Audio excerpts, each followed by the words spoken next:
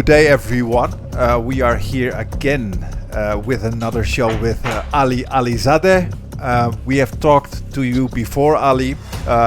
We are both big fans also of your show, Jadal English. And we thought, okay, considering everything that's going on right now and your deep knowledge about Iran and geopolitics, we wanted to have you on again. So first of all, welcome back. Thank you very much for inviting me. It's an honor to be here with you. Okay, great. So, Ali, I just wanted to start with a bit of a broad question. Can you give us a bit of an idea where we currently stand? We just had the so-called ceasefire talks. These ceasefire talks apparently are a failure. Do you have a bit of an idea why that is, and also what do you think as an Iranian, what is the next step for Iran?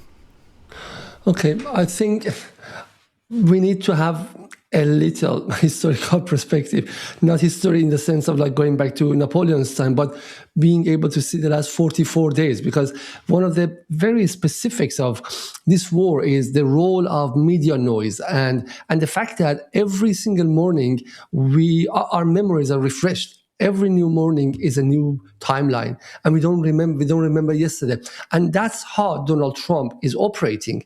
The level of oscillations he's had is like beyond imagination, and the fact that he is relying on lack of on the collective amnesia of the public, that we don't remember what he said in the last 44 days. So let me just rewind a bit to 45 days ago, when Omani foreign minister went to CBS and said Iranians are willing to freeze their nuclear enrichment for up to 2 years, and they're signaling the possibility of negotiation on missiles. For the first time, Iranians were even ready to discuss the missile kind of capabilities they had. But then Donald Trump decided to go and start a very heavy military campaign on Iran, initiated by assassination of Iran's supreme leader, which was both the top person in the country and also a religious, spiritual figure, followed by at least 5-6 million people inside Iran, and then millions of people in Iraq, in Lebanon, in Pakistan, and India. And so they started it. And then joined with Israel, they targeted 2,000 different locations in the first 48 hours, one of the biggest air campaigns in the world. And Trump expected that Iranians come forward and they surrender after that, because everything was ready for Venezuela multiply 10 scenario. But then instead, Iranians fought back and they surprised Donald Trump by expanding their the attacks to every single one of the Persian Gulf countries who had hosted American bases, and they showed level of resilience that turned Trump into a clown. So if you just remember what happened in the last 44 days, we had Trump. Actually, I should have made one other few hours before what I said as the start of his rewind, because before that, I remember Witkoff on 27th of February said president is frustrated why Iranians don't capitulate despite all the American military buildup. So in a sense, Trump first thought just bring the very act of bringing all these like Navy ships and aircraft carriers to the region is enough for Iranians to capitulate. Then he thought killing the leaders and 2,000 targets would be enough. Then he started like going on the escalation ladder, talking about destroying Iran's refineries, destroying Iran's oil fields, destroying Iran's power grid.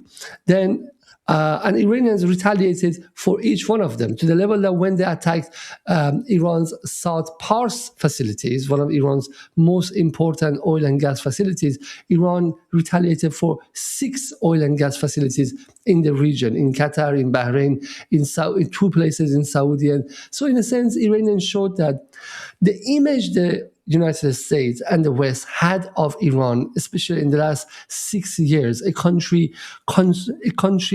fatigued by sanctions, economically and socially so divided because of the pressure of sanctions, is not the same as a country which has seen and faced existential threat.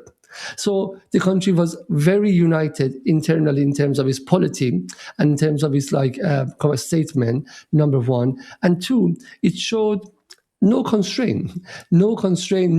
strategic patience. And I think that surprised Trump more and more and more. So, in a sense, when people come and say that Trump wanted an off ramp from day 4 or 5 of this war, I somehow believe them, because when I remember that Trump constantly said, "Oh, we've already achieved everything. We already have obliterated their navy, army, and air force."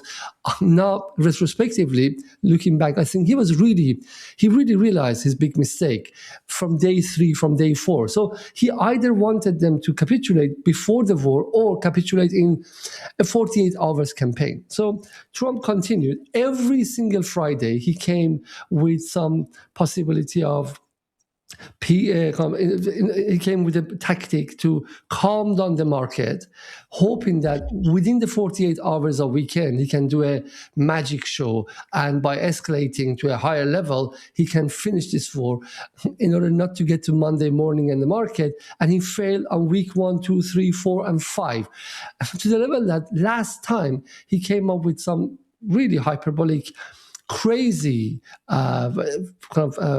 threats bordering nuclear nuclear threat, and saying that he will obliterate Iranian threats. But more than anything, when you see how many times he's changed his lines, how many times he's changed his trajectories, it doesn't show that he's unpredictable anymore. It just shows that he had zero strategy entering this war. He had no measure of Iran's military, military strengths, political unity, and social resilience. And so where we are now, I think Iranians on last Thursday consciously helped Donald Trump to step down from escalation ladder, because they realize that he's trapped in the escalation ladder and he has nowhere to go. And he either has to go and do something slightly more crazy, which doesn't get him any victory. Most importantly, doesn't get him open the Strait of Hormuz, but it will add to the record of devastation inside Iran. And Iran has a kind of longer horizon as well, knows that in the future, in the next 2 to 5 years, has to be able to consolidate internally and be prepared for more wars coming with Israel when United States has finally left the region. So Iran didn't want more devastation. So I think that's why Iran opted for ceasefire, knowing that it's not going to be a real ceasefire, but it allows cooling down of the conflict to some extent, and allows an off-ramp, gives an off-ramp to Trump if he wants to get off the ladder. And I think that's where we are at the moment, because eventually, Iranians know that they are in the middle of rewriting the order of the region, and this is going to be a big thing. It's not going to be finished with 40 days war or 80 days war. So number one, they want to decouple the United States and Israel. This is like the process of decoupling.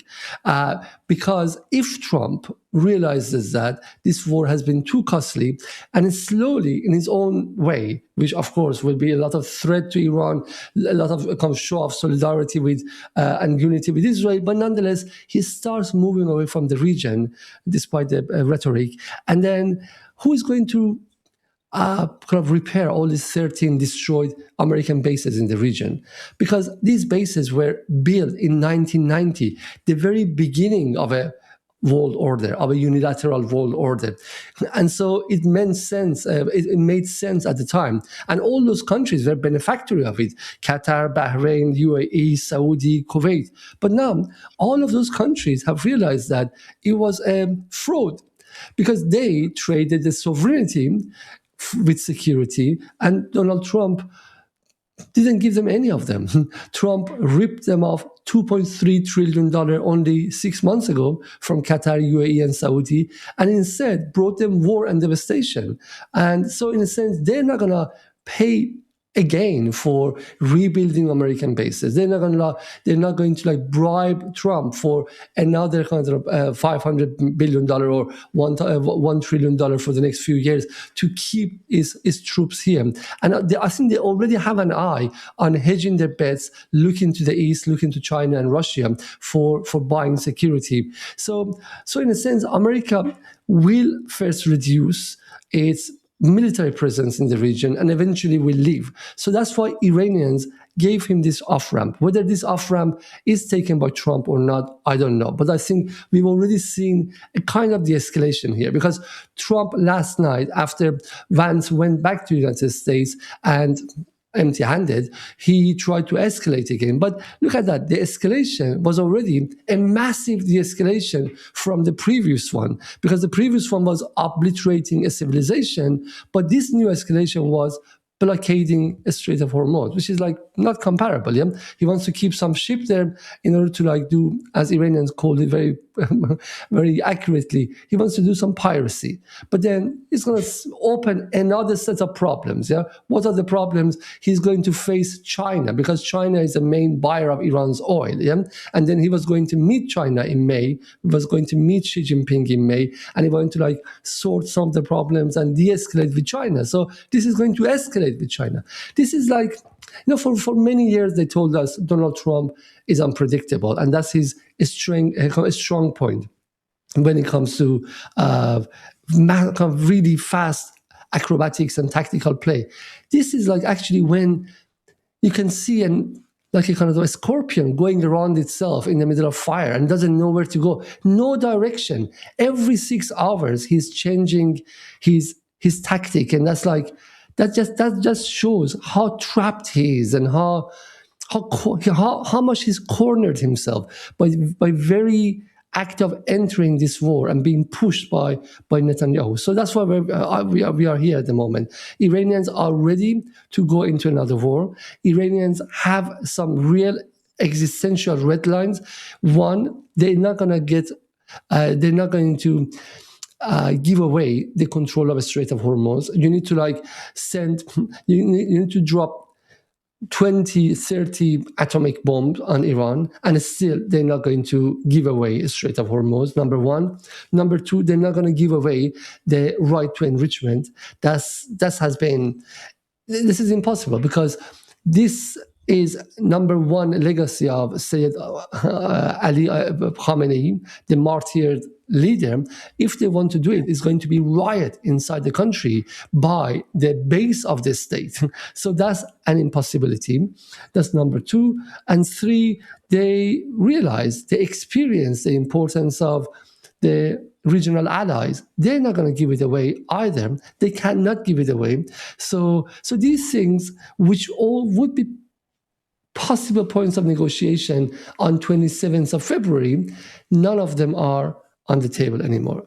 In addition, one of the issues, look at that, if we go back to 27th of February, the country was a bit like ravaged by the riots of January, 8th and 9th of January. The country was really divided. Was a significant portion of the population who wanted regime change of different kind, or at least they were pushed into a form of confusion that they thought regime change is an easy scenario. It can be done in 24 hours. Why not? Let's get rid of mullahs if it's so easy. And now that confusion has withered away. So the country has sobered up. Even the opposition inside the country, or people who were on the streets in January, have sobered up, because they realize that Israel and America are not attacking Islamic Republic. They're attacking Iran. Every single tweet of Donald Trump is about destroying Iran, damaging Iran, wiping Iran off the map. And apart from that, they've seen how many hospitals, how many schools, how many universities have been destroyed. So the country has sobered up. So in a sense, it's a different Iran. It's a different Iran, both internally and also regionally, and they're not going to get rid of it. But I think they intelligently opted for this ceasefire to cool down the conflict a little, allow America to move away from Israel if they can do it, if they can manage it. But also for Iran, these days are not ceasefire, because Iran's real war is on economy, which is still is going on. Every single day passing, you have less helium in the market, you have less fertilizers in the market, yeah? And Iran's and the new regime that Iran has imposed on the region is getting more and more consolidated. So, in a sense, Iran is adding time to the other ingredient cooking already in the pot. So, the next 2 weeks, yeah, it's better for Iran rather than for America. Time is an enemy of the United States, but time is a friend of Iran. Look at that. Macron, who back in January, he was really putting a lot of pressure on Iran, and he was like the frontier of enlisting IRGC as a terrorist organization. And at the very beginning as well, he didn't say he wants to join American troops, but then he brought a part of French air forces to the region in order to help Israel's air defense. And look at that. Macron last week, he traded America's friendship with a tanker full of fertilizers.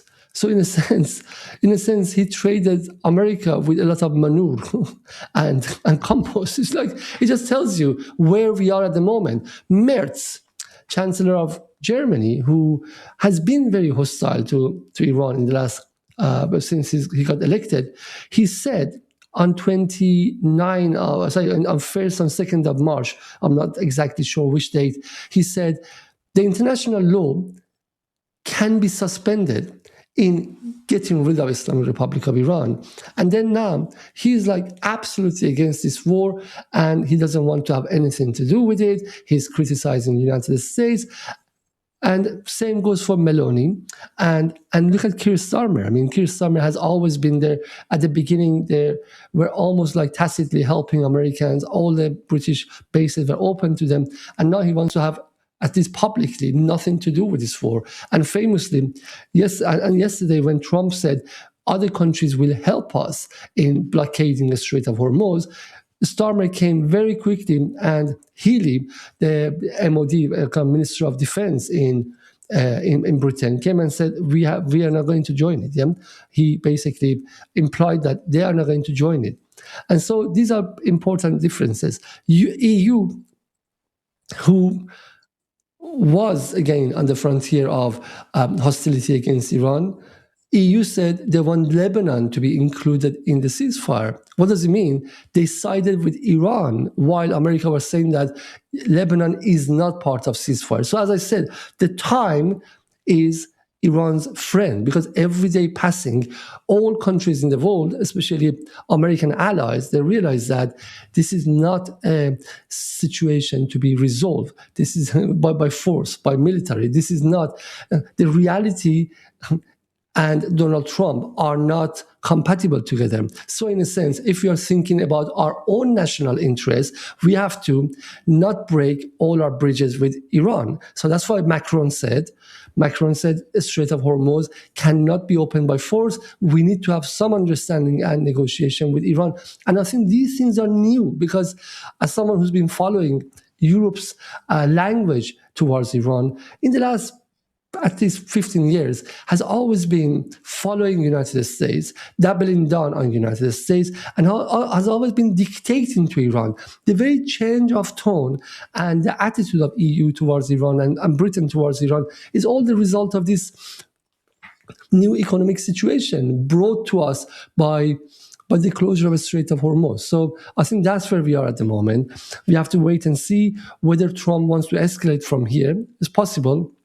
Or maybe he's not going to get anywhere from blockading the Strait of Hormuz either. And slowly he comes with reality. I mean, this is like classical 5 stages of grief. First stage, you are like you're bargaining. You're in denial, and then you go to bargaining, and then you become very, very angry, and then you have to become like sad and depressed and mourn for it, and then you have to accept. And unfortunately, until now, Trump is still in denial. Trump still doesn't want to understand that the Strait of Hormuz is closed, is in the hand of Iran, and this is a geographical thing. The strait is about 50 kilometers, 20, sorry, in its narrowest place is like 21 miles, they said. But then the place that the tankers can pass is very close to Iran's border. It has nothing to do with Oman. It's like in the fifth of this narrow passage, because that's the deep part that the tankers can go. It's a geographical gift to Iran. There's nothing you can do.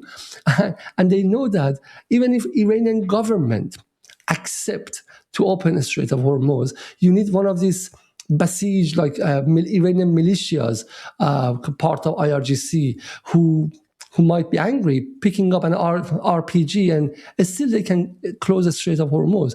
So you not only need Iran's acceptance, but you need a united Iran in which the base of the state, the revolutionaries in Iran, are happy with it as well. Otherwise, you're going to have kind of vigilante actions as well. So in a sense, the sooner Trump comes to accept this and get out of his denial, I think they can come up with a slightly more long-term strategy, because everything we see here is like absolute silly short-termism, which only is possible because media wipe out our memories every morning.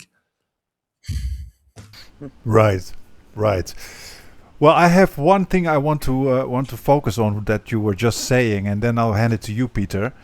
So you said a couple of things that are very important and very, very, I think, crucial to what's going on right now. You first said that the U.S. is surprised that Iran is not using any constraint, and I think you touch on such an important point here. The thing is, the United States and the West in general have been used for, I want to say decades, maybe even hundreds of years, to be the only ones in this world that rampage around with psychopathic lack of constraint, which made them the king of the world. And for the first time, somebody's doing it back, and it's just like with a bully. If the bully gets a punch on the nose back, suddenly the bully is like, oh, okay, wait a minute, I have to slow down with this person. And I really think that is very important, that the West in general, not just the US, but the West in general, only respect this kind of firm stance. And we see that now. We suddenly see Kier going a bit in between. We see Macron, etc., etc. And that brings me to a topic I wanted to ask you, because you're an Iranian, and that is China. So we talk about that firm stance. We talk about that daring stance of what Iran is doing right now, which shows it's a power.